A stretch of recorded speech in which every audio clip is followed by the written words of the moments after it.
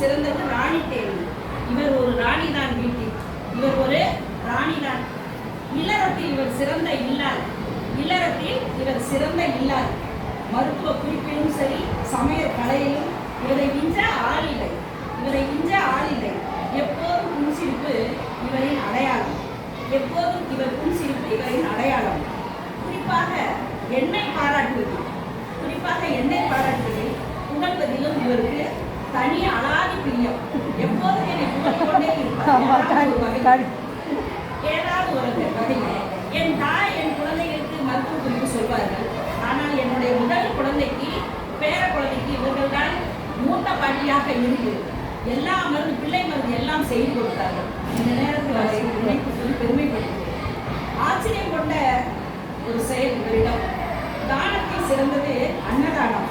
அதனையும் தாண்டி உறுப்பு தானம் இன்றைய உலகில் புதுவரவையும் தோற்கடித்த புதுமை பெண். புகுந்த வீட்டில் இவர் கணவர்கால் கொண்ட அன்பால் தானம் செய்தார் சிறுநீரகத்தை. ஆச்சரியம் கொண்டேன். யார் தருவார் இச்சமயம்? அதனை பற்றி வினவும் போது அச்சமயம் கொலை தொடர்பு இச்சமயம் உள்ளது போல் இல்லை என்றார். இவர்களின் பெற்றோரிடமும் ஆலோசனை செய்யக்கூட நான் அறியேன் என்றார். இதனை விட இவரை பற்றி கூற சிறந்த சான்று தேவையா? வீணாமாவை பற்றி ஒரு சிலர்கள். இவர் நடையில் பிடி உஷாவையும் தோற்கடித்து விடுவார். இவர் தமிழ் எழுத்துக்கள் 247 ஒரே வரிசையில் நடனம் ஆடுவார். இலக்கிய மன்றம் ஏட்டில் சொன்னவுடன் மறுப்பில்லாமல் செய்து முடிப்பார். 1 மணி அடித்தால் உஞ்ஞாபகம் என்ற பாடல் ஏற்ப 6 மணி ஆகிவிட்டால் அவரை பற்றியே நினைவு. கணவரை சாப்பிட்டாரா, காப்பி குடிச்சாரா, என்ன செய்கிறாரா என்று கூறிக்கொண்டே இருப்பார். நான் கேட்பேன், ஏன் அவர் காப்பி கூடவா போட தெரியாது என்று கேட்பேன். அதற்கு அவர்கள் பெற்றோர்கள் ஒருவேளையும் செய்யாமல் வளர்த்து விட்டார்கள். நான் என்ன செய்வது? நான் சொல்வேன், நானெல்லாம் அப்படி விட மாட்டேன். எல்லா வேலையும் வாங்குவேன். நீங்கள் உங்கள் கணவரை வேலை செய்ய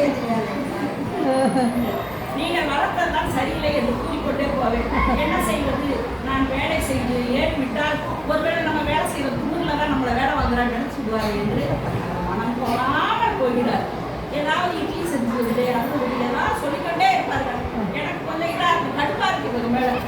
இத்தனை வேலை இவங்க செய்யறாங்க, அவங்க ஏதாவது செய்யட்டுமே.